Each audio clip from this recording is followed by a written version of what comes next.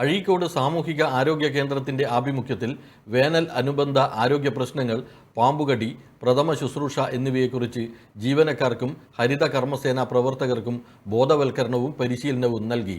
അഴീക്കോട് സാമൂഹിക ആരോഗ്യ കേന്ദ്രത്തിൽ നടന്ന പരിപാടിക്ക് ഡോക്ടർ ധന്യ ഉണ്ണികൃഷ്ണൻ നേതൃത്വം നൽകി. Health supervisor Saji Rekha, PHNS K Raji, MLSP PV Bhavana എന്നിവർ ക്ലാസ് എടുത്തു. അഴീക്കോട് ഗ്രാമപഞ്ചായത്ത് ആരോഗ്യ standing committee chairperson CV Vijayasree, ward member K Sajna, doctor Muhammad Ismail, PHN Usha Omanakuttan, Satheesan Kasthuri, K Aneesh Babu തുടങ്ങിയവർ സംസാരിച്ചു. അതായത് 2 ഇഞ്ച് 2.5 ഇഞ്ച് വരെ ഡീപ്പായിട്ട് പോയാൽ മാത്രമേ നമ്മൾ ഹാർട്ടിലോട്ട് പ്രഷർ കിട്ടുള്ളൂ.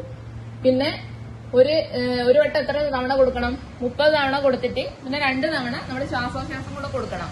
ശ്വാസോച്ഛ്വാസത്തിന്റെ കാര്യം പറയുമ്പോൾ നമ്മൾ കൊറോണയിലും വന്നതിന് ശേഷം എല്ലാവർക്കും ആർട്ടിഫിഷ്യൽ ബ്രീത്ത് കൊടുക്കാൻ വേണ്ടി പേടിയായിരിക്കും. പിന്നെ ഈ ബോധം കെട്ട് വീഴുന്ന ആൾ ചിലപ്പോൾ ഛർദ്ദിക്കാനും അങ്ങനത്തെ കാര്യങ്ങളൊക്കെ സാധ്യതയുണ്ട്.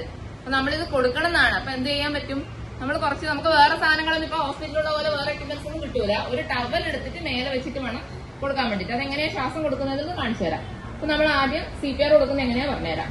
കാർഡിയക് കംപ്രഷൻ കൊടുക്കുന്നത് എങ്ങനെയാണ്. ഇങ്ങനെ വെച്ച് കഴിഞ്ഞിട്ട് നമ്മള് ഡീപ്പായി ഇങ്ങനെ വേണം കൊടുക്കാൻ വേണ്ടിട്ട്. ഇപ്പൊ ഒരു ഫാസ്റ്റ് ആയിട്ട് തന്നെ കൊടുക്കണം. 1 മിനിറ്റിൽ ഒരു 100 കംപ്രഷനൊക്കെ കിട്ടുന്ന രീതിയിലാണ് കൊടുക്കേണ്ടത്.